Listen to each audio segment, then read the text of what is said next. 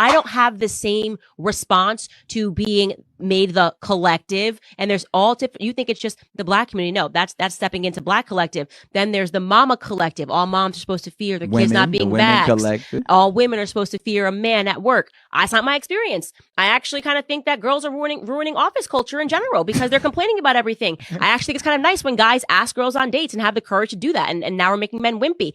I understand the feminists who are like, well, what do you mean, Candace?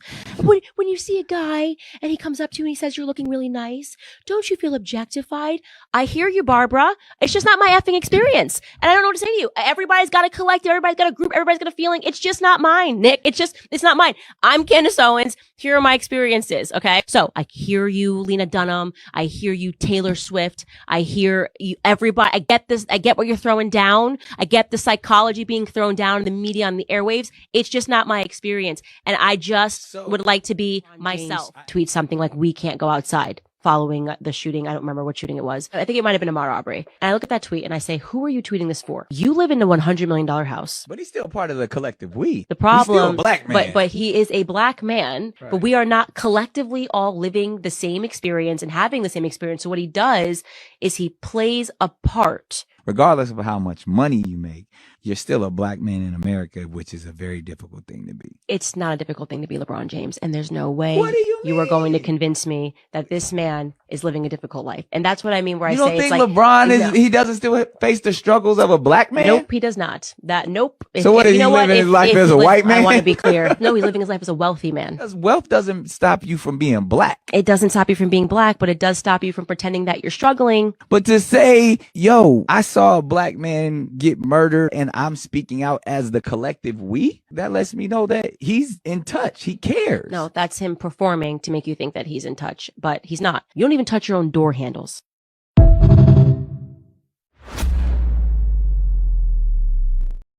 Wow. All right, folks. It's Friday and it's time for Pop and Politics. I'm KJ. Let me introduce you to my co-host. Of course, we have back with us tonight is the National Director of the Black Conservative Federation, Nicole Bennett. All right. And of course, Shelly E. All right. Like, share, and subscribe to our channel. We're here on YouTube and Rumble. You can listen to us on Apple Podcasts or Spotify under the name Pop and Politics. We love our chat. We shout out all of our super chats, so it's the best way to get your voice heard in the conversation and to show your love for conservative content.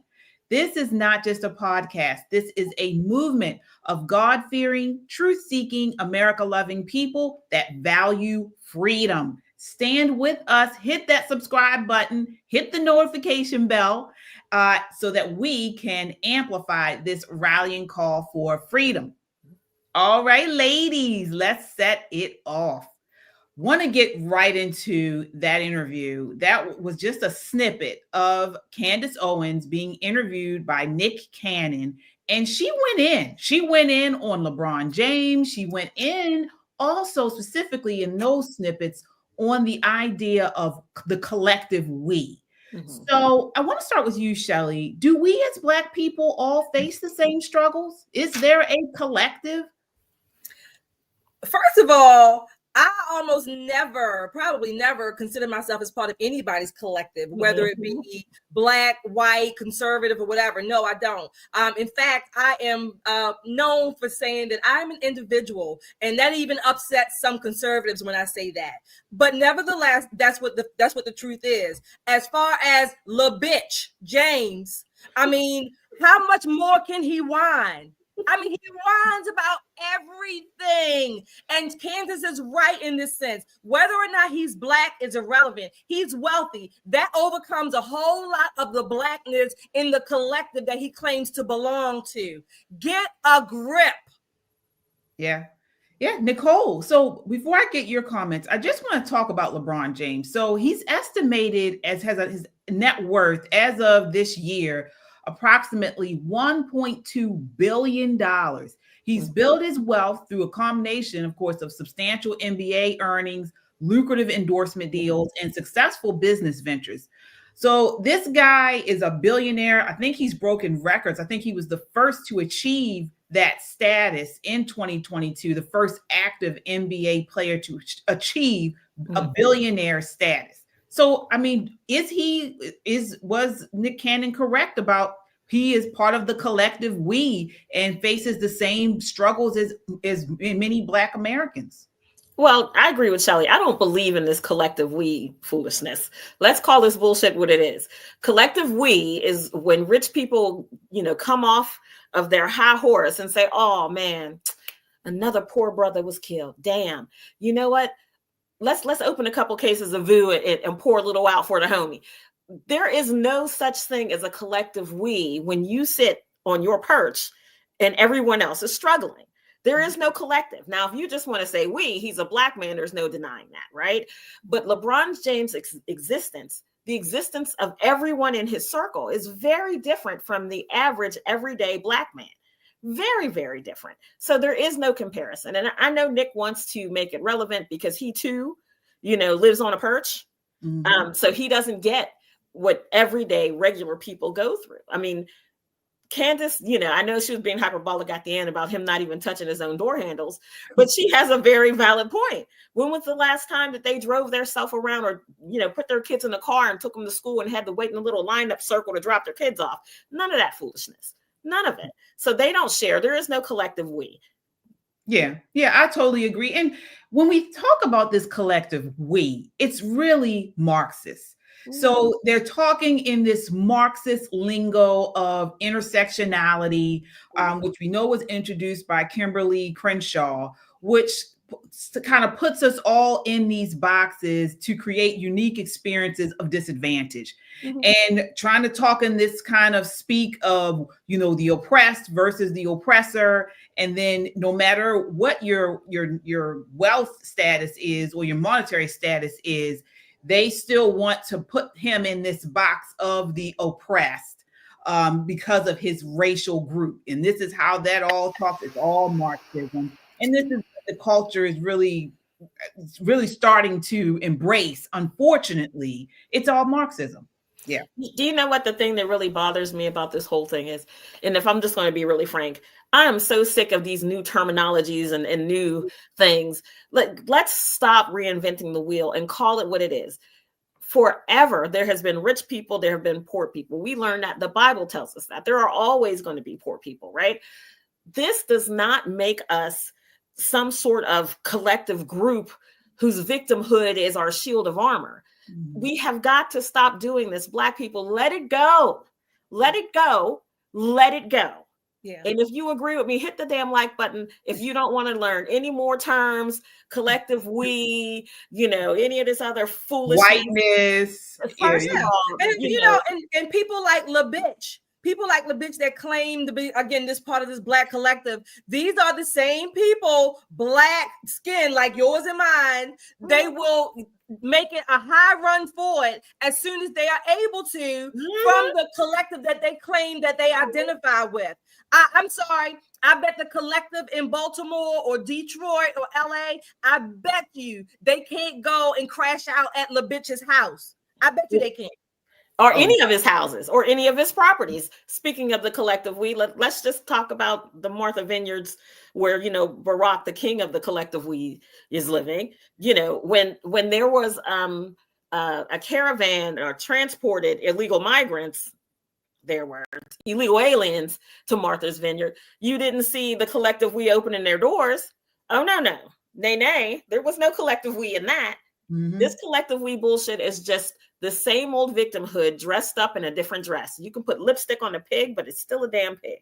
Had enough of these things. Right. And the reason why they do it is because of this whole idea of Marxism, the critical race theory, which presupposes that everything about American society is thoroughly racist and minority groups will never be equal until American society is entirely reformed. So they continue to perpetuate this idea of oppressed, oppressor, racism and things like that. And I'm not saying racism does not exist. It is racism in the world, but the way that they juxtapose this, the way that they try to push this out there is extreme. And they do this to push this idea that America is racist. Agreed. It's a grift. These people have a vested interest, literally a vested interest in selling you some new terminology, a new victimhood, a new group you got to subscribe to, a new place to donate to. This is what they do. They are professional race baiters. They have reasons, financial reasons, power reasons for doing this. And if for one time, Black folks, come on, it's a Christmas wish and miracle.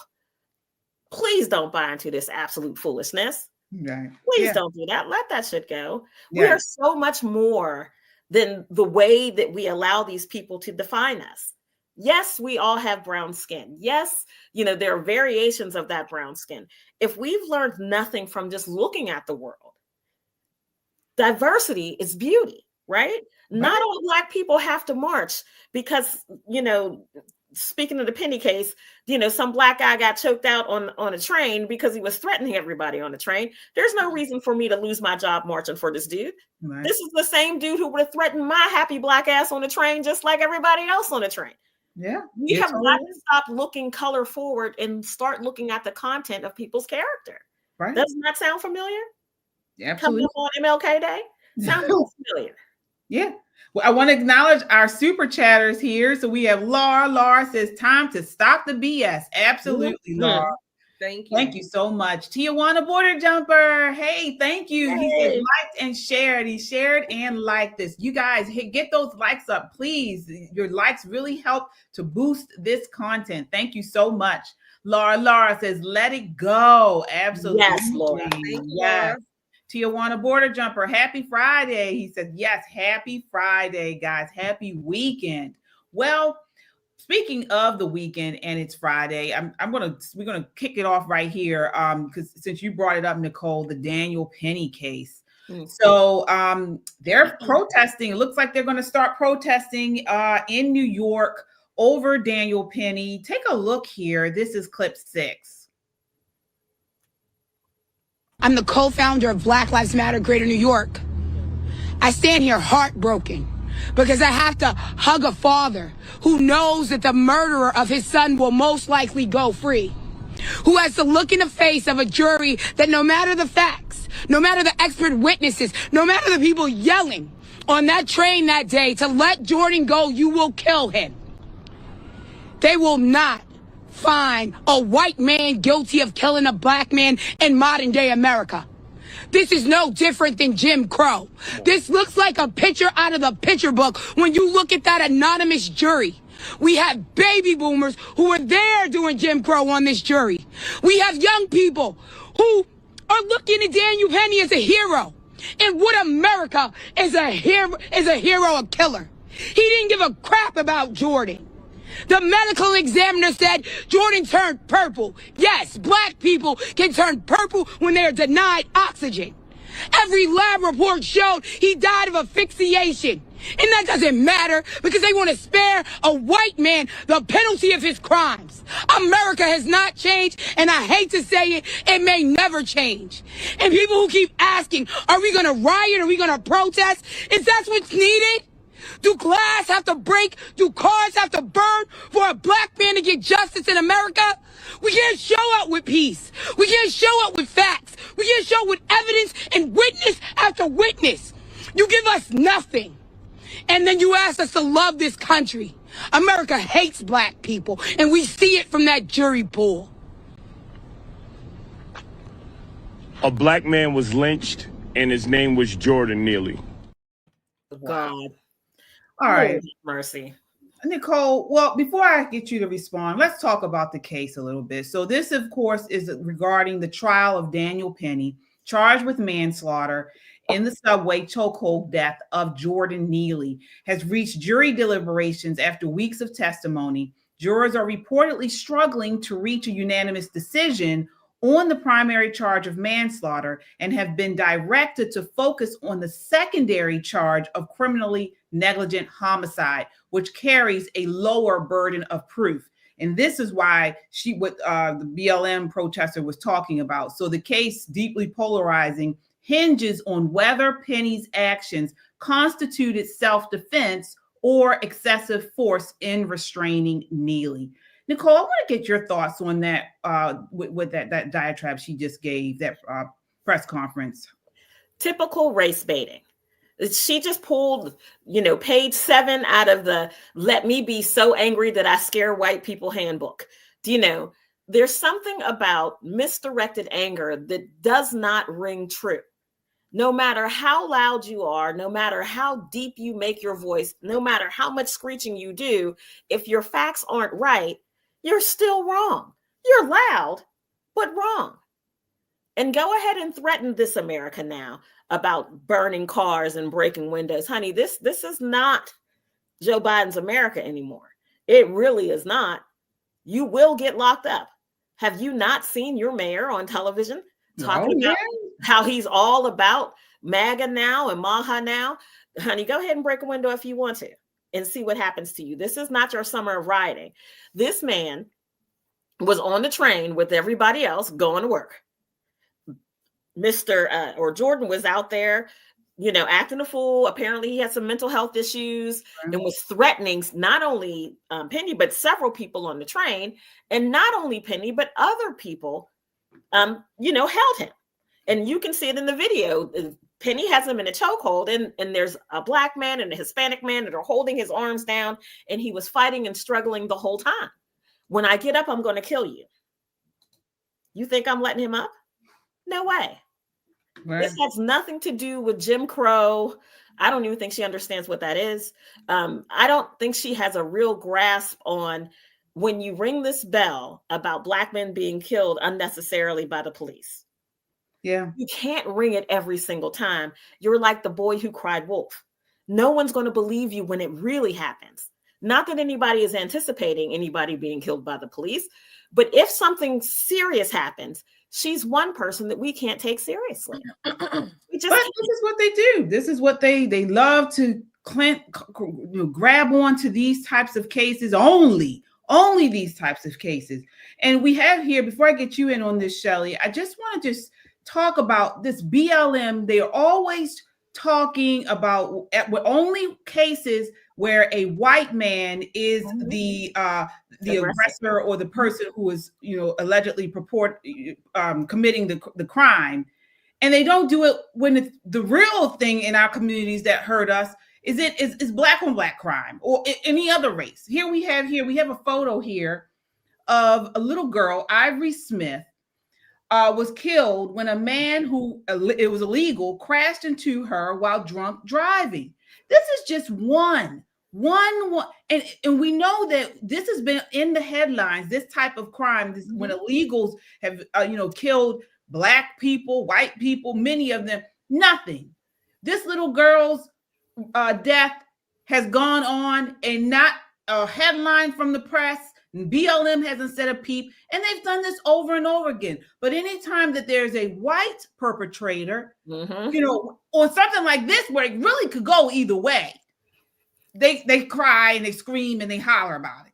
Shelley, what are your thoughts on the response to that protest? Well, number one, I don't know her name. That BLM woman. Let me tell you what she said. Translation: BLM is about to fuck up some shit. That's what they're about to do. That's the translation of what she said. She's getting people revved up because BLM is about to fuck up some stuff. That's number one. Now, I will say this about this Daniel Penny trial and the case.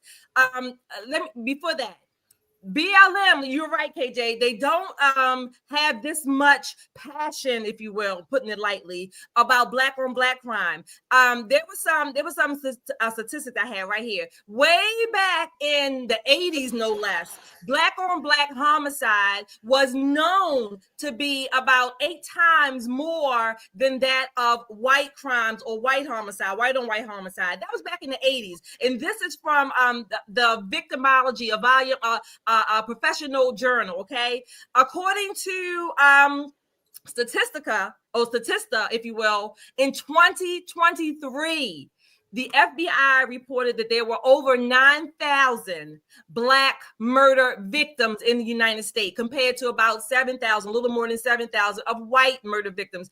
I didn't hear BLM screaming to F up some cities or whomever about almost any of those, if not any at all. So I didn't hear that. So these people they're only riled up because they like to riot and fuck up some shit. That's what they really like to do, okay? However, this Daniel Penny case, I'm glad that the manslaughter charges were dropped or dismissed, because I never thought that he intended to kill or had that man die. However, chokeholds are dangerous. And of course, this man is fighting to breathe. You cannot breathe when you have pressure on your neck. Yes, that's exactly what happened. I don't think it was intentional. I don't think it was premeditated by any stretch of the imagination. But that is ultimately what it was. It was a stranglehold, a chokehold, a form of strangulation and asphyxiation, and it did lead to his death.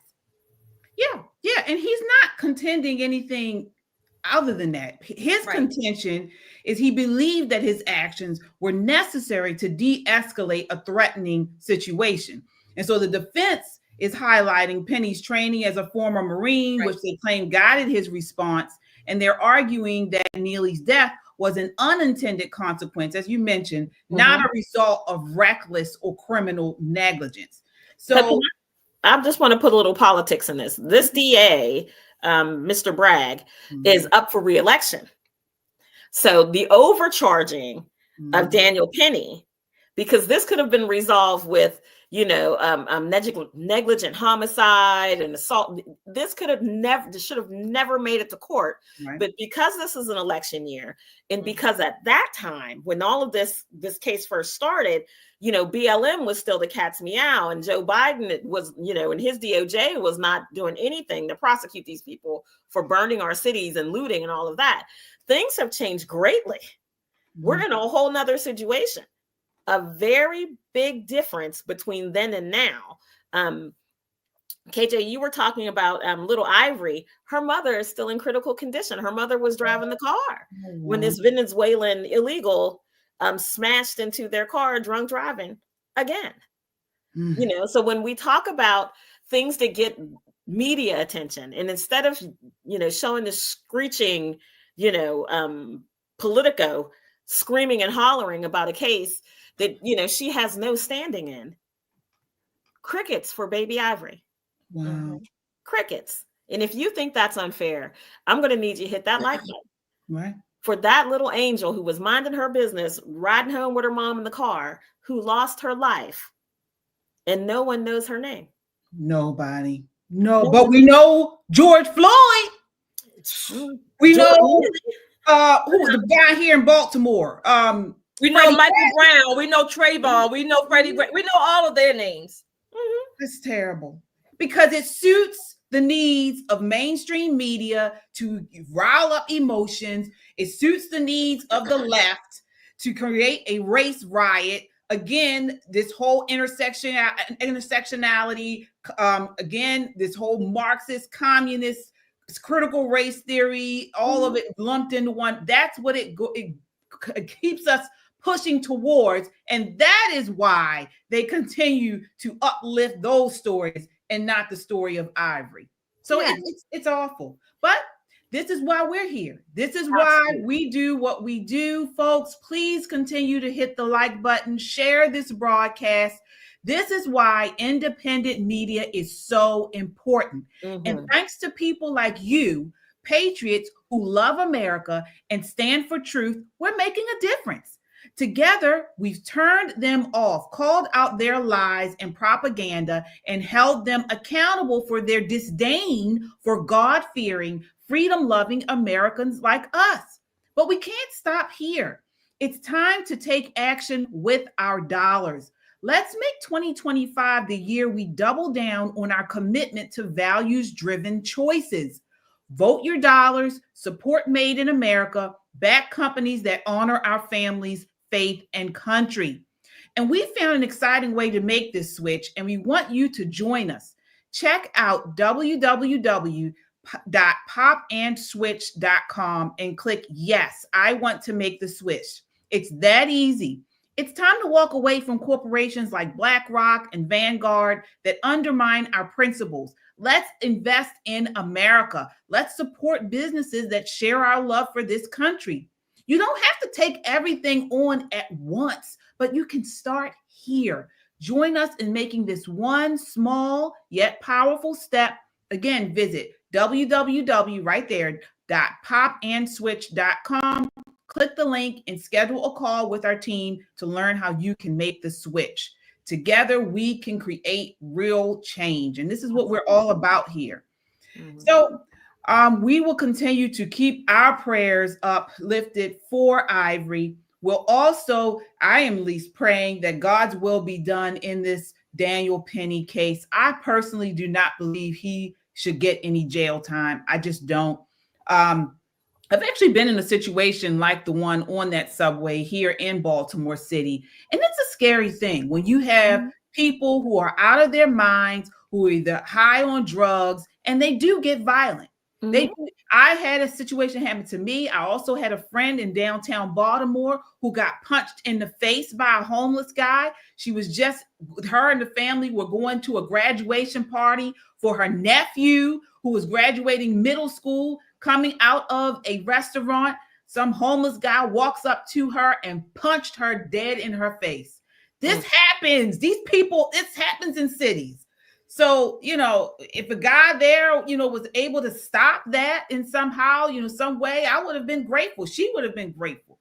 So I don't know. I hope God's will be done, and we'll continue to bring you the latest on that case. I want to talk next about these pardons. These pardons that Joe Biden is actually planning to do.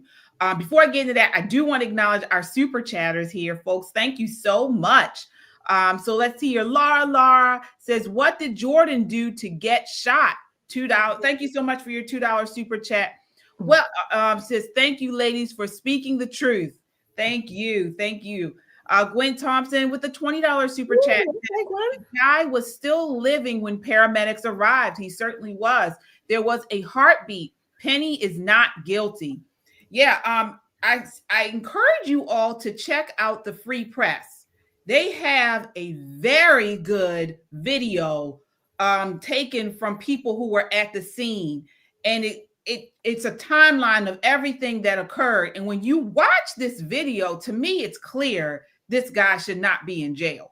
It was not only him, but several bystanders were watching him, they were afraid. You could tell they didn't want him to let this guy go. And like Laura said, he didn't die. He was still alive when the police got there. So yeah, but that's okay. I want to correct something. I want to add, Let me say it this way. The police could have come, the paramedics did come. And so people can have a heartbeat and still be brain dead. When you are strangled, your brain does not get oxygen. And you don't need 6 or 9 minutes to be brain dead. It happens before that. That's number one. Number two, because he was moving, that is a body's automatic reaction, automatic response to trying to, because you can't breathe. Your body's going to go into convulsions, period. You can't stop it. So he wasn't trying to get away. His body was trying to get air.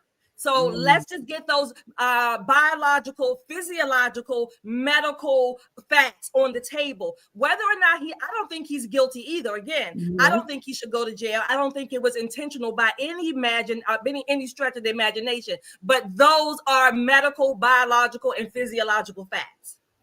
Okay. All right. I want to move right along to these pardons. Take a look at this. This is clip 3.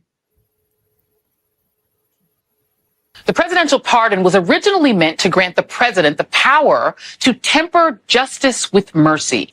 It was not enshrined in our Constitution so that a dishonorable man could reward his criminal allies, friends, and family for their corrupt practices. I don't have a problem with Biden pardoning his son. He should have pardoned him. The crazies are coming, right? But to me, it's like, pardon more. These people are such hypocrites.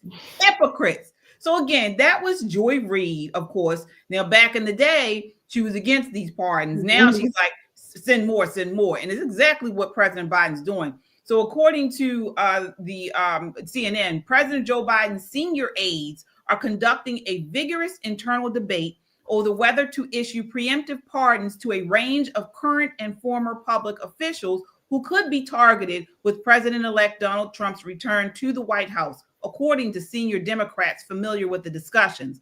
Biden's aides are deeply concerned about a range of current and former officials, and also they are sounding the alarm due to Trump's last weekend announcement of the appointment of Kash Patel to lead the FBI. Patel has publicly vowed to pursue Trump's critics. So I want to start with you, Shelley. I mean, do you think these preemptive pardons are? Right. Give me one. Some people like to take out. All of these people are coming to Biden. They want payback for whatever their support, their donations, rounding up the masses to start riots, whatever. They want their due, and in the form of pardons. We even got, what's her name? Marilyn Mosby here. People down there protesting for Marilyn Mosby to be pardoned by Joe Biden. And newsflash, I think he's going to do many of them. Yeah. Nicole, are these, is this how pardons are meant to be used? Well, of course not. But let me tell you, it's no fun when the rabbit has the gun, right? So all the people who have been, doing this lawfare against Trump and all of Trump's inner circle, Steve Bannon actually went to jail. All the people who had to go out and hire these high-priced legal firms to defend them out of hundreds of thousands of dollars are now right back in the seat of power. So yeah, the roaches are starting to scurry. And if I were them, I'd run far and fast. Virgin Cruises has this new cruise thing for $120,000 where you can hop a cruise anytime. I strongly suggest they invest, right? As a group, they should probably get a Democrat discount so they can get the hell out of the country before this shit hits the fan. Here's what's going to happen. Trump's focus is to get the United States back on the right track. Where Democrats are saying, no, his focus is revenge. No. He wants Americans to live a good life. That's going to be his primary focus. However, there are people on this transition team, and there are people that are going to be in cabinets, Kash Patel, who is vowed to bring all the deep state to heel. So if you're a member of the deep state, if you're someone who went after anybody from the previous Trump administration simply for being a part of that administration, it's time for you to go. Bow out gracefully. And if Joe Biden is handing out pardons like Pez, it's not him, it's his team. They have already said that he's not even party to those conversations. This is something his team is looking forward to doing. What's interesting is I'd like to see the people who say yes, the people who accept the pardon, because then I want to know what you're being pardoned for, right? What you're being pardoned for. They're in a lose-lose proposition. Trump wins on both sides of this equation. If they don't get pardoned, their ass is grass. If they do take the pardon, their ass is grass. Either way, it's the most poetic justice that could have ever happened to the people who went after this man simply because they didn't like his politics. Absolutely. I mean, the notion of a sweeping preemptive pardon for offenses that have not even happened yet, not even been charged, they never be charged. It's largely untested. I mean, we're encountering waters we've never met before. That's never stopped the left before. Right. I mean, they're always transforming and reimagining and all kinds of stuff. That's never stopped them before. But to your question, no, the pardon was not intended to be used this way. Ultimately, I think it was Federalist number 74, Alexander Hamilton. Basically, the pardon was supposed to be used, I'm putting it in my words, in good faith to restore peace and tranquility to the nation when a good faith gesture for the opposition would do that. That's what it was supposed to have been used for. But like many things on both sides, I'm going to add, many of our institutions, even the things in our Constitution, have been bastardized. Mostly, I think, from the left. Don't get me wrong, mostly from the left. But we, on the other side, we kind of played along as well. So this is what we get. I mean, technically, you can't really, he has every right, according to Article 2, Section 2, Clause 1. It only says except in cases of impeachment. So either conservatives are going to be faced with this question now from the left. Well, I guess you want to change the Constitution. So, I mean, no, I don't want to change the Constitution. Do I agree with what he's doing and how he's using it? No, absolutely not. And I think he's going to issue out pardons to people preemptively, political payback, or whatever you want to do, whatever you want to use. But that's what he's going to do. But come January 21st, they're going to have conniptions, because when President Trump starts pardoning Steve Bannon and Navarro and Michael Flynn, all of these people, when he starts doing that, the J6ers, they are going to shit bricks. I hope Bevelyn Beatty is part of them. Yes. I hope Bevelyn Beatty Williams is one of those pardons. I mean, this is ridiculous. I mean, again, it makes no sense to me. You pardoning people who have not even been found guilty for a crime yet. This is, if that, as you mentioned, Nicole, if that doesn't tell you that these people are corrupt, you know, have been doing nothing but nonsense for the past 4 years and probably before that, I don't know what does. I don't know what does. You know, I know who for a fact that he's going to pardon himself. He's going to pardon his wife and all of the Bidens who've taken money from Burisma, taken money from China, taken money from the Ukraine, and all the other places that they've done.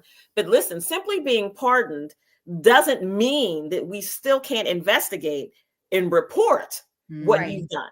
Right. Exactly. It'll keep you out of jail, but it's not going to save your reputation. Right. So the people who are, you know, on the long list of being pardoned are like, oh, well, this is going to be a great thing for me. I won't go to jail. Right. You won't go to jail, but you're still going to be held answerable in the court of public opinion for what you have done. Absolutely. And guess who won't be pardoned? Guess who won't be pardoned? All of these Black and brown folk who supported them in the states and in the cities who are locked up, they won't get pardons. They, for the same crimes or for the same accusations or whatever that these people are asking to be pardoned for. They won't get that. But these are the people who went out here, maybe they marched and donated and raised money. Nope. They won't. All the drug addicts, sniffed all you want. You're going to stay in that daggone cell.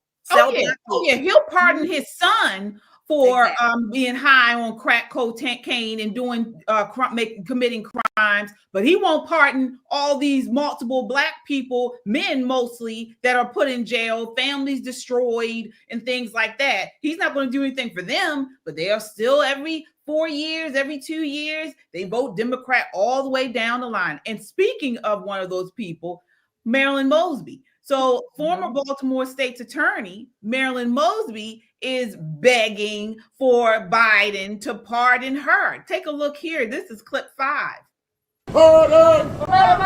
Pardon! A rally in Washington, D.C.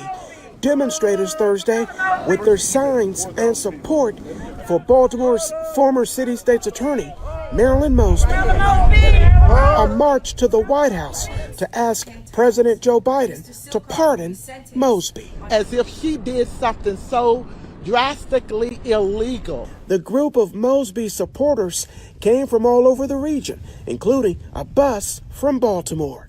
The event, which started at Freedom Plaza, was organized in part by the Prince George's County chapter of the Southern Christian Leadership Conference. Dr. Josephine Mourning, co-chair of the Committee to Free Marilyn Mosby, argued Mosby is being wrongly persecuted. I attended the hearings. All right.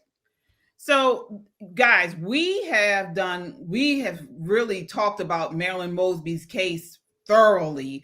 You could definitely go back through our archive and see how we pretty much chronicled the whole, not only the case, but just how much carnage she put through Baltimore City due to her lack of prosecuting crime.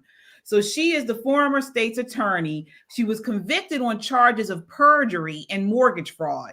The case centered on her misuse of financial provisions intended for pandemic relief and inaccuracies in a mortgage application. She falsely claimed financial hardship due to the COVID-19 pandemic to withdraw $90,000 early from the Baltimore City Deferred Compensation Fund or plan under the CARES Act provisions. She also submitted a fraudulent gift letter to secure a loan for a property in Longboat Key, Florida. So she was sentenced in May of 2024 to 12 months of home confinement with electronic monitoring, 3 years of supervised release, and 100 hours of community service. She was also ordered to forfeit 90% of the property's value. Shelley, should Biden pardon her? No. Now, let me go on the record to say I didn't think she should have gone to jail, which I didn't think she should have done jail time. I was happy or satisfied with the sentence that she was given, which is what home, what do you call it? She's house arrest for a year. House arrest. Yeah, house arrest. She has about 5.5 months left on her house arrest. Now, if she continues without the pardon, she wants the pardon, I think primarily because it will preserve her law license. That way she will still be able to practice law. But no, I don't think she should be pardoned. I think she got I'll say a decent enough or a fair enough sentence for what she did or what she was proven to have done in the court of law. But this woman is incorrigible. I mean, she's incorrigible. And granted, let me say this. I don't have a problem with anyone advocating for themselves, for him or herself. If you think you did something wrong or you were railroaded or you didn't do something wrong, fine. But she has a particular I'm going to say hubris about her that she's this thing she's not even supposed to serve her sentence. She's not even supposed to serve her sentence. Again, I didn't think she should have gone to jail, but the sentence she got, I think, was quite fair. Maybe some might even say lenient. I agree. I think for what they convicted her for, the year of house arrest and the parole afterward, supervised parole is appropriate. I don't think that's the reason why she's looking, as you said, Shelley, why she's looking for the pardon. It's all about people coming for her law license, which is her way to continue to make money now that she's a divorcee and she's got some issues going on with her travel side hustle being 90% of the property equity being taken away from it. Yeah. There's that. But one thing that I think that's kind of fallen by the wayside with her asking for this, they started asking for Biden to pardon her shortly after she was convicted. They have been lobbying and lobbying and lobbying and lobbying. They even lobbied Kamala, who, from my perspective, these are two, peas in a pod when you look at them, right? Mm-hmm. The problem that she's had is that she didn't really get like a sentence. Right.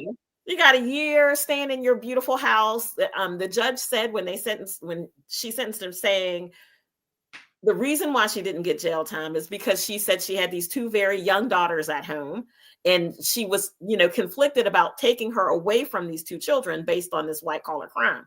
Now, I don't know, if they felt the same way when they snatched Steve Bannon out of his home. My friend Carlos Ayala from the Eastern Shore, when they raided his house and while he was taking his kids to school and pulled him in front of a school bus because he was at January 6th. Mm-hmm. I don't know where all that care and compassion was. I think it only goes on one side of the aisle. However, I don't think that she's going to be high up on the pardon list for Joe Biden because he's protecting all of the people who are part and parcel of his crime empire. He's not looking for no distant crime. He's got to take care of the people who put their reputations on the line. The people like Liz Cheney, right? Liz Cheney, swung really hard for the fences for Kamala. No one trusts her on either side of the aisle. Everybody hates a traitor. Whether you flip from the Dems to the R's, the R's to the Dems. Nobody likes anybody that you can't trust on either side of the aisle. Is she in somebody's crosshairs? No, nobody's worried about Liz Cheney. Liz Cheney is not on anybody's list. Mosby's not on anybody's list. If she makes the cut, and I'm calling it a cut because there will probably be like 100 pardons that come, It'll be because somebody on Biden's team lives in Baltimore or is a friend of or a sorority sister of Marilyn Mosby. Or she may pay him. Biden can be paid off. We know that. So she don't have that kind of money no more. Sitting around her house not practicing law, just being a regular person. It's going to be interesting. Yeah. If she gets pardoned, how hard she'll fight to get her law license is going to be interesting, and how hard the state of Maryland goes after her to prevent her from having that law license. I hope she does. I hope she's done. I hope she goes the way of MSNBC. Give her a platform on there so we can talk about her from week to week. I hope she's not practicing anybody's law because the law that she practiced here in Baltimore City was horrible. The city was in shambles during her entire tenure. When she got into office, crime was skyrocketed, and it hasn't come down since she was put in prison. Well, she was left. She was not reelected, thank God. So I hope she's unable to practice law again. But this is what we see by these people. They're crooked, corrupt, and everybody and Biden is leading the example of this corruption. And now we're just starting to see more and more of these people corruption come to highlight. Here we have also this Boston Congresswoman who was recently arrested on federal public corruption charges, alleging that she orchestrated a complicated kickback scheme. Oh, where does that sound familiar? Kickback. The whole Biden's family's kickbacks. But she did it a little differently. Here she is in clip 2. The FBI arrested Tania Fernandes Anderson at her home in Dorchester for accepting $7,000 in cash in a city hall bathroom from a member of the staff who was also a relative. Basically, what we have here is an elected official pretending her motives were purely civic-minded. In fact, we believe she was unlawfully conspiring to enrich herself. This city councilor is accused of stealing thousands of dollars from the city through not just creative, but criminal accounting. Why and how did she do it? We believe she was facing personal financial difficulty when she decided to steal money for herself in the form of a supposed bonus she had doled out to a staff member. Well, in this Commonwealth and in this country, our elected officials work for us, not the other way around. Using public office for personal gain is a crime, plain and simple. The behavior we allege in today's indictment is a slap in the face to the hardworking taxpayers in the city of Boston who have every right to expect that the city's coffers are in good and honest hands. Nobody is picking on Tania Fernandes Anderson and her inner circle. We believe this is a situation of her own making. The FBI is working hard every day to battle public corruption and the corrosive damage it does to people's faith in government. We must hold public officials to high ethical standards, and we will hold them to obeying federal law. Wow. Folks, please hit the like button. We have a ton of people watching tonight, almost 700 people. We want to get those likes up. Hit that like button, please. Thank you guys so much. And we also love our super chatters. If you guys have any comments to make regarding this woman, hit us with a super chat so we can get you in the conversation. So I want to ask you, Shelley, what are your thoughts on this? Once again, now we see why these Democrats like to tax us so much. Right? They're taxing us because they're going to use this money to enrich themselves. That's probably a part of it, yes.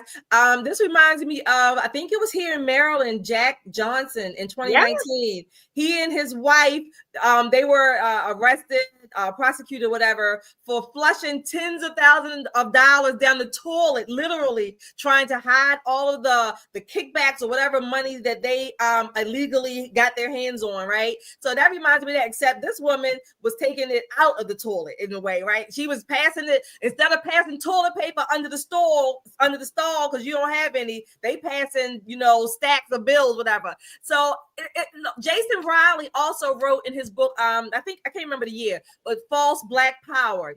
And he talks about how even though Black people politically have, reached the highest pinnacles, if you will, politically across the country, yet that their power has largely been corrupted. That's not the way to overcome the economic hardships. These are cultural matters that we need to tackle first before we can really elevate economically. And it's not through political power. It has not worked out well. As we can see in this example, unfortunately, another politician going down. These people only want power and control. That's it. I mean, and don't get me wrong, in America, in a capitalist society, well, hell, in a Soviet society or socialist society, having the wealth is almost the direct or even indirect means to power and control. So it plays out across the board. But to these people, there's nothing, there's no enough. There's no line of power or control that's enough. They want more and more and more. Yeah. You know what's so salacious about that Jack Johnson story is, they were accepting kickbacks from this gigantic bar called the TikTok. It's a liquor store, and they didn't use the tax stamps. When you buy a bottle of Tito's, my frame of reference, right? So you buy yourself a bottle of Tito's, and it has a tax stamp on it, meaning that you've paid the Maryland taxes, you paid the Fed taxes. people would go into there, buy the liquor, and not even cross your mind that it didn't have the stamp on it, right? Well, Jack Johnson's wife, in addition to getting the phone call that said, babe, flush the money, the feds are on to us, she was stuffing tens of thousands of dollars into her panties. Wow. Now, I don't know how she thought she was going to get past the FBI with $10,000 worth of bills inside of her underwear. But it did not stop her from trying to do that. So there is a certain segment of this Black elected population, I'm not going to say Democrat or Republican, but just Black electeds, where they actually start to believe their own media. I'm above the law. I'm better than everybody. Because, we have got to stop, glorifying politicians. They're not to be, lauded that way. They make good policy. Thank you very much for helping the people, but you're not above everybody else. We elected you to represent us. You work for the people, the people. Jack Johnson went to jail. He literally went to prison for his part in that. His wife was on house arrest, and, thankfully somebody successfully removed all the dirty money from her underwear. But this case with Tania Fernandes up in Anderson, up in Boston, she was an illegal alien. Ooh. Mm-hmm. Yes. She was lauded as being the first Muslim person to sit on Boston City Council, and the first illegal person, and like all these DEI things. And the first time, and the reason why she got into financial hardship is because she hired her, I think it was her son and her daughter, or some very close family members. And they said, well, no, you can't do that. They charged her the $5,000 fine to kind of put her behind in things. So she hired another family member, because one time wasn't enough, but told them that this wasn't a family. Right. And then awarded him $13,000. And then wanted $7,000 kickback on it. I mean, for a whole lot of reasons. Culturally, let's say this. As Black people, if I'm going to get you a $13,000 bonus and say you're going to give me $7,000 of the 13 back, that's no good deal. Because, I'm putting my reputation on the line and I'm not even getting the money. What the hell, right? This was a very interesting thing, because she was telling people around, they can't do nothing with me, no way, right? Mm-hmm. When she really started to believe her own hype. She was in office, voted out of office, then voted back in the office by these people in District 7. And it's interesting because now these same people are rallying for her, going, oh, they can't come after you like that. She's stealing your money. Your own. This is why they do it. This is why they do it. Ridiculous. It is absolutely ridiculous. If I could do anything to change the way people see politics, it would be to raise people's awareness. Because when you see politicians stealing money, or you hear the word slush fund, right? Like our House of Representatives has a slush fund. That's not money they kicked in. That's my money. That's your money, right? To pay off all of their dirty secrets. It's not fair to the American people to have our money spent in a way that we would not spend it. We didn't elect you to go to Congress and get some girl knocked up and use our money to have her baby aborted, or to get out of a DWI or any of these things. But this is what they do because no one's watching, or at least they think no one's watching. Well, then no one is watching. This electorate that elects these Democrats, when they get in power, they understand and realize that they're not going to be held accountable. All they have to do is push some type of emotionalism, some type of racial grift, and the people will put them right back in office. So why should they, do the job that they're supposed to do? They didn't get into office campaigning on things that they're supposed to do. They came into office off emotionalism, off of racial grift, these types of things. So they're going to get in office and they're going to continue to use the people because they feel like they've been given a mandate to do so. Just like Biden, he's got this thing where he says, look, you guys pay, I'm going to tax you to the day to the cows come home. Then he sends it to Ukraine. Then they send it back to Hunter. And then Hunter kicks it back to Papa Joe, the big guy.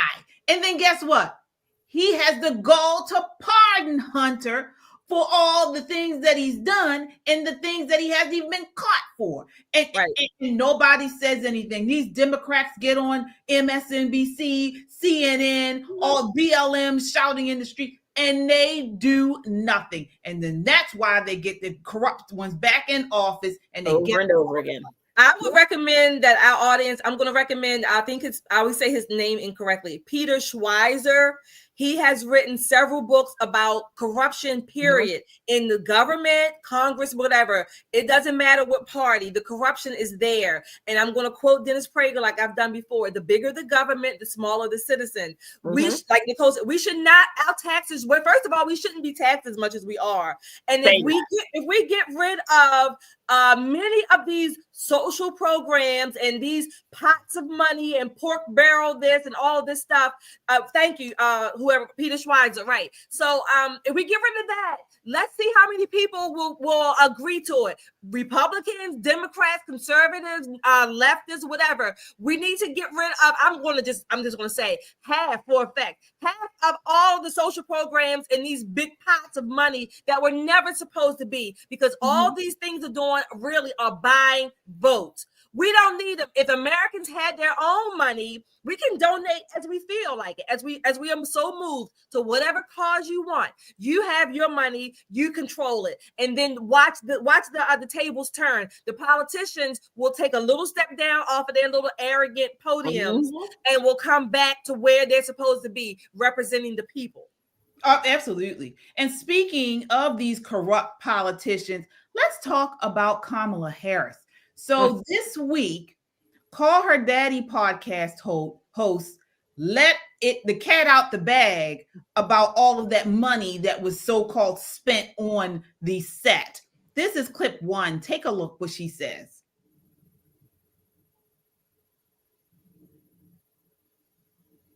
Oh, do we have that clip here? Let's see here. There's a little bit of controversy about that podcast because you did. Oh. Do you know about this? No, what? Because in D.C., this interview happened in D.C. Yeah. In a hotel. Yeah, not in a hotel. It was like a random house. It was like random house, but apparently, you can tell me they spent, the Harris campaign spent like $100,000. I did see that. You know about this? It's hilarious. To build the studio. Yeah, that's not true. To make it look like it was the studio that you used in LA. My studio that is gorgeous in Los Angeles doesn't even cost 6 figures. So I don't know how cardboard walls could cost 6 figures, but. But do you think they did that? I mean, you saw it. Absolutely not. With love to them. Oh my God, it was gorgeous, but like, it wasn't that nice. It wasn't like gorgeous marble. Like, no, that was not 6 figures. So where's the money? Where's the money? She's in the hole. And she claims she spent all this money on various shows, Oprah, the Call Her Daddy, all this stuff, which that set didn't cost $100,000, like she said. So where's the money, Shelly? Where the money at? Where the money at? I mean, we know where it is. Beyonce, Oprah, Roland Martin, Al Sharpton, whatever this woman's name is. She used it to bribe them. They were all paid off. They got paid. Kamala got played, and I don't know if anybody got laid, but okay. Probably from Call Her Daddy. Somebody from that show got laid. But you know what's funny? If you look at her, if you go to fec.gov, you can pull up her FEC report, and you can see every single expenditure, where the money went, who the money went to. And on political campaigns, one of the things that you have to keep an eye on as a campaign manager or as the general consultant is how that money is spent and that you're getting the value for your dollar. And I think because the money was pouring in so fast, not because she was a great candidate, but because there's a very vested interest in defeating Donald Trump. Oversight was like, we're spending on whatever we want to. A little bit earlier this afternoon, I took a look at a couple of things that she spent money on, smaller dollar things, but smaller dollars add up, right? When you take a look, there's a place called Snakes and Lattes in Arizona. Now, Arizona's economy is very different than the economy here on the East Coast. Very different, much cheaper than it is here in DC. I mean, much cheaper. $6,000 to rent the space. So I go on their website to see how much does it cost for their most maximum package with all the food, the drinks, everything, $3,500. So if you think that these vendors were charging her the base rate, you're wrong. Everybody had their palm up. Everybody's palm got greased. Every single person who did business with them got a little bit extra because there's so much money coming. Nicole. So what is she talking about then? Because I don't believe that girl was lying. No, she's not. She's absolutely not. So you figure the people who erected the set charged more, the people who provided the set charged more, everybody in that food chain. And believe me, they were using Democrat people throughout that process. Everybody was like, okay, yeah, usually I only charge $500, but this time I'm going to charge $2,000. Let's go. Everybody eats when there's a lot of money at the table. The problem that she's having, is that since you've lost and you still have $20 million worth of debt, where does that money come from when donors are looking at these stories saying, I gave you my last $50 because I believed in you. And aren't they still asking for donations on her site? Yes, they're still asking for donations. Yes, she had a private call with donors to encourage them to give them more money because they squandered the first set of money. Who would do that? What idiot would do that? Okay, the idiots are listed at fec.gov. You can see their names. You can see everything about them. The poor one guy, when I pulled it up, I think I had it set on like 15 or 30 links per page. He was every single link on one whole page, and it wasn't a lot of money, so you could tell he really wasn't wealthy, so to speak, but it was like $100 here, $50 there, $25 there. But this is someone who believed enough in her to give them little pinches of his own hard-earned money. You know, his hard-earned money. The three of us know, you go to political events, tickets are pretty expensive sometimes. Yeah.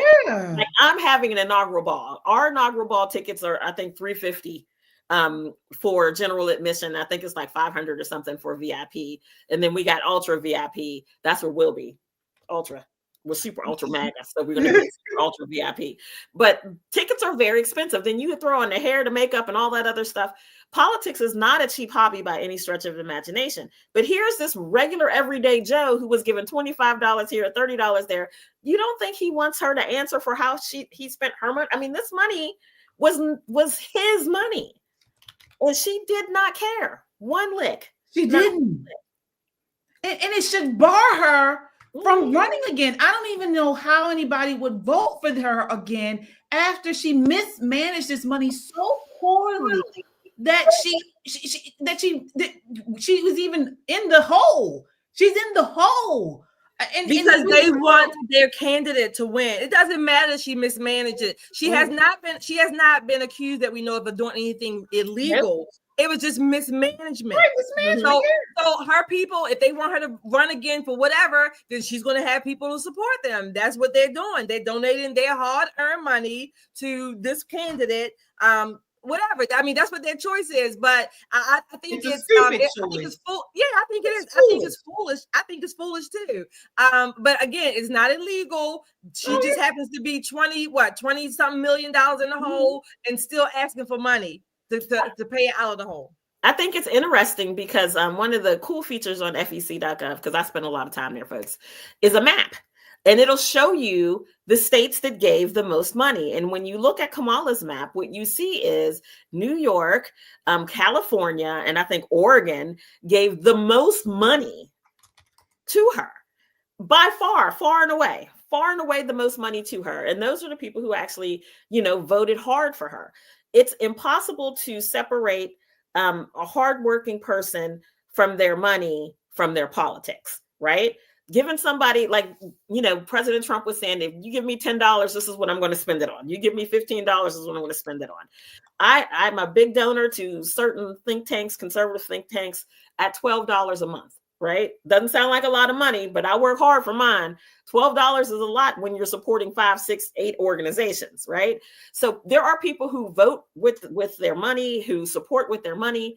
I just feel bad when you hear people come out and say, well, they spent all my money on Call Her Daddy, fake podcast, thing. And then the girl from Call Me Daddy was like, well, my thing in LA is much better. And it didn't cost me, $100,000. It's just, it's unfathomable that people who donated to her aren't looking at this and going, I'm stupid. I made a huge mistake. I feel so bad. Well, folks, I mean, this is why we ask for the super chats here. We will not throw your money away like Kamala Harris did. And yet they continue. This is what, I mean, one thing I will say, and I rarely have anything nice to say about Democrats, but they do support their own. I mean, like you mentioned, this is really crazy. This woman mismanaged the money so much so that she's in the hole. She has to beg her supporters to give more donations after she lost. Then you have people like Call Her Daddy going on there saying this set didn't cost $100,000, but we're seeing that they paid $100,000 for that crappy set, and people are still pouring in the money. That is crazy. I mean, on the FEC Gov, you see the salaries that she paid some of the workers. Some people made like $680. Somebody made like $1,200. But $100,000 for a fake set, a couple of million for overall. Keep in mind, the government, by and large, I'm just using her as a proxy. The government overspends on a whole lot of stuff every year. I don't care if it's copy paper, okay? It could be a desk chair, whatever. The government overspends, and don't let September come around and they still have money in their budget to spend before October the 1st. Oh, everybody is getting something. They're going to buy up anything and everything they can so they can get that money back again for the next year plus some. So in a way, that's probably, I'm guessing that's probably part of her mindset in a sense.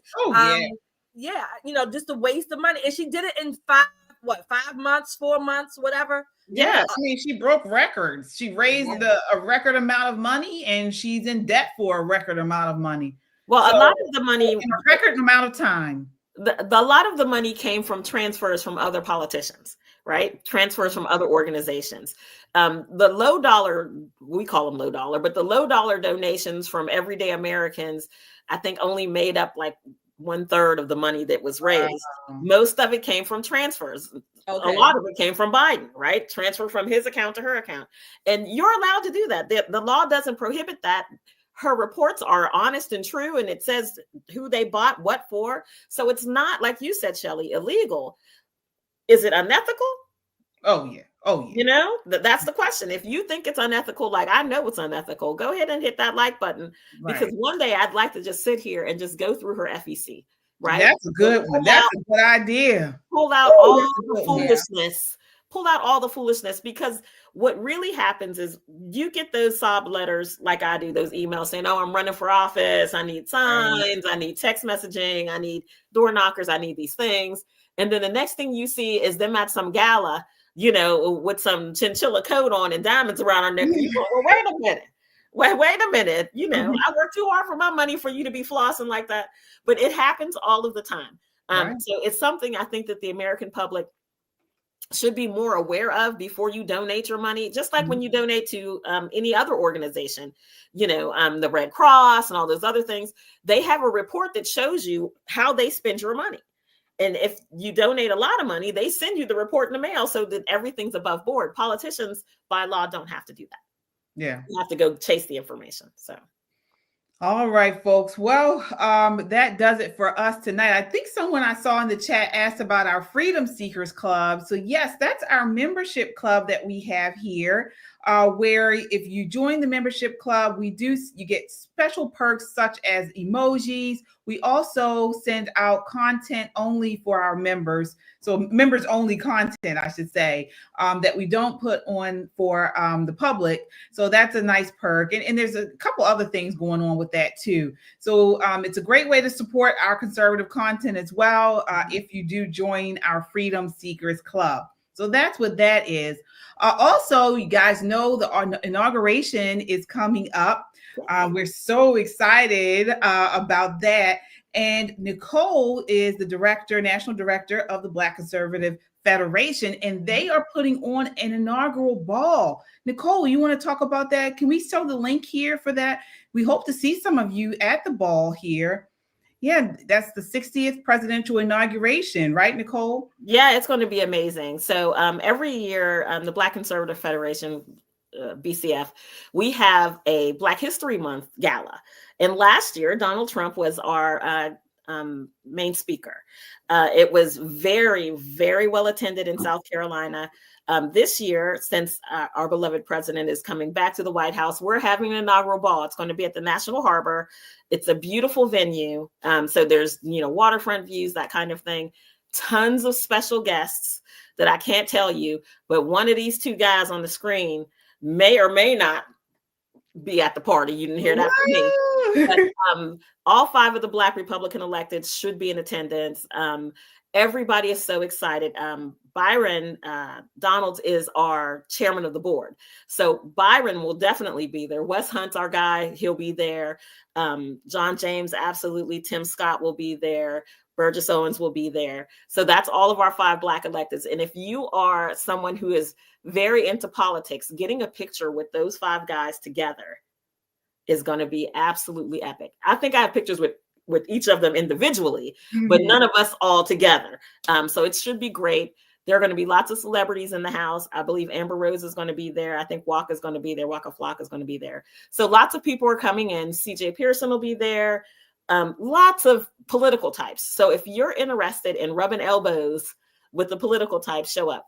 Also know, BCF throws a party. Our parties are legend doggone dairy. So ladies, bring you some flats to go with them gowns, because it is absolutely going to be a party of a lifetime. Of course, all of us poppin' politicers will be there, having a great time. I think there are going to be maybe 4 or 5 short presentations, but for the most part, celebrating, absolutely celebrating our legacy of being good American citizens. And I think that's going to be great. I think Dr. King, Alveda King, will also be there.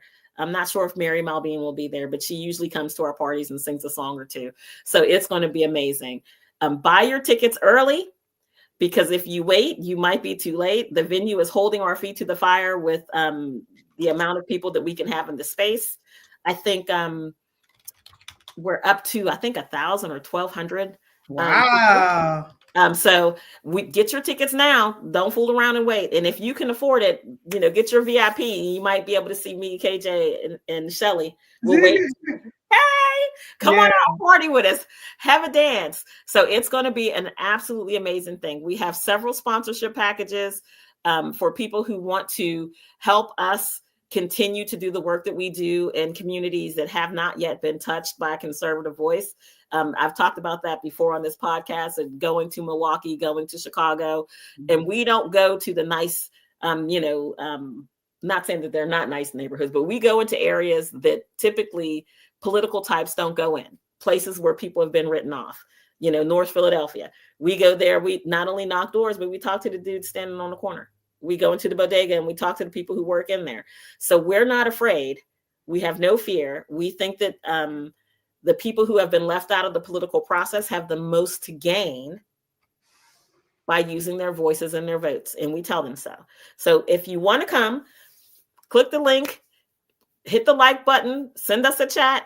We'll make sure that you know where everything is. And if you're there, don't be afraid to run up and go, I'll watch you on Papa Politics, and we'll take pictures and have a great time. And I love that photo of Congressman Donalds, Trump, and Congressman West. And you can see Trump, he's just like, he's always the guy, the best guy in the place, That's from our gala in South Carolina last year. And, Donald Trump has a teleprompter, and needless to say, he was well off the teleprompter. There's one moment where he shouts me out, and I was still kind of working the tables, making sure every table had 2 bottles of champagne, that kind of thing. And I'm standing there, I got like 2 bottles of champagne in my hand, and he goes, there are people who are doing great work, and that Nicole Bennett, the first vice chairman of the Maryland Republican Party, and the whole room just got real quiet. And then our friend Eugene, Boykai was there, and Eugene was like, he's shouting you out.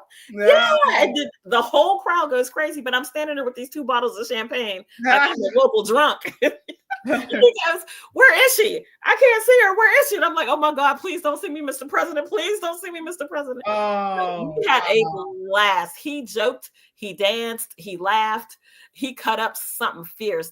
The media was so angry with him at that BCF gala, but he showed off. So we're so excited to celebrate him. Well, I want to encourage our audience because you talk about you had the champagne. Mm-hmm. If they come to the gala, I will drink 1 glass of Prosecco. Oh no, you guys don't want that. You're gonna get you some not want this man. That's what you. No. With you. We want a table without Prosecco. Do not let Shelly drink Prosecco. No, ma'am. There will be no Prosecco for you. Just one glass. It'll be that much. Shout out the super chatters here. Laura says, thank you, ladies. Thank you, Laura. Thank you so much. Warren with the $2 everybody. Says in Massachusetts, we've spent $1 billion on the migrant problem. Oh my gosh. Well, I'll close out with this, my final thought. I saw Stephen Miller, who is President Trump's, he's on the campaign. He's like a major, he's his senior advisor. Yeah. Right. Senior advisor was on Fox either yesterday or today. And he was just going through the list of executive orders that they are planning when Trump first gets into office. And he was just talking about addressing, our military, the migrant issue or legal issue, energy. I mean, it was so nice. I mean, all the stuff it was so positive. It was just all about getting us back on track, trying to get the economy back on track. I mean, I was just getting excited. It was like Christmas morning for me.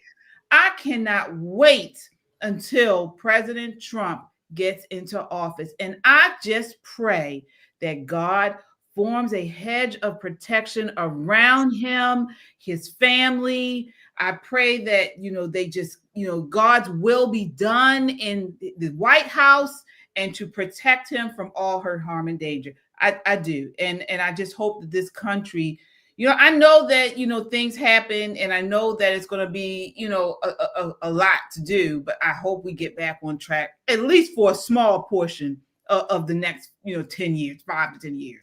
So, but final thoughts, ladies. Nicole, what's your final thought for tonight? Listen, this is an exciting season for all of us. I am so excited about the upcoming Christmas holiday, even more excited about America finally having a chance to right the ship, but mostly about spending time with friends and family. This is an important point for me. I've worked in mental health for a little more than a decade. To hear people on the news media tell people to avoid their family, to avoid their friends, to avoid people who care about them, please do not listen to them. Spend time with friends and family. It's what makes you feel connected and grounded. It's what makes you feel whole. You don't have to talk about politics. You don't have to walk in the door like I do screaming Trump. You can just come in and say hi. Treat your family with the same respect you expect them to give to you, and let love shine the way. That's my final word. All right. Shelly, final thoughts. I want to piggyback on what Nicole just said about family, friends, relationships. Someone said, I can't remember who, it wasn't me that came up with it, but someone said, choosing your friends may be one of the most important things you do because you choose them. Your family, you don't have a choice. Not that you don't love them and care for them, but your friends are people who you choose and they choose you. And so there's a little different special type of bond there as well, right? So I'm going to echo what Nicole said. Spend time with people who love you. It doesn't matter if it's just one person. It's not the quantity, it's the quality. That's what matters. And just do it. Just spend time with them. I mean, I like laugh, cut up, make some new traditions if you want, have fun, whatever. If you're decorating the tree, maybe you don't put tinsel up. I don't know. Maybe you throw up whatever, popcorn or whatever you want. But just have fun and to be with the people who love you and that you love. It doesn't matter how many, it just matters who it is. All right. And we have some super chatters here, folks. Thank you so much. 16 Bar King with the $5 super chat says, single in California with woke women. Pray for me. Salute to the show. Oh, 16 Bar. We got to start we can start some type of patriot singles on here. Some speed dating. And connect you with some women patriots, female patriots. Okay. All right, Laura says, me too. I wonder if she was saying me too single. Okay. Matchmaking. Yeah. All right, that would be awesome. I would love to do that. I love to connect people, like make, nice little connections and stuff. Don't get me started. All right, guys. Thank you guys so much. Thank you for watching with us on this late Friday. Oh, look, all the Calis. And people saying I'm in Cali too. Holla at Dre. Yeah. Wait a minute. All right, we gotta go. Don't go. Yes. Okay. We got time? Let's put some love together here. First dates. Let's work on it. I know. Send us an email, guys. Maybe we'll do something like that. Start like a Patriot single patriots and connect people. Yeah, because we got people from all over, and we have a large California audience. Believe it or not, a lot of Californians watch us. And I guess you guys are like us. And in Cali here, Loda. Wow. Okay. You guys need to form a meetup. Even if it's not romantic, we got to get together. The Patriots have to get together and form community, especially in places like California. We're in Maryland, so we got to form community here. So even let's do a live out in California. I was going to say, give us a reason to go to California. Yeah. Let's see. Yes. See what it does. We would love to maybe do an event in California. And I know we're friends with Patriot in Hollywood on Instagram. He's out in Cali. He always does these events. So that was something to do maybe this summer. All right. So we'll do a community event in California. It doesn't have to be romantic. I'm talking about just an event where we all get together and just celebrate one another, So something to think about. All right, then. Well, thank you guys so much for watching. Until next time, count your blessings and live a life of purpose. Good night. Good night.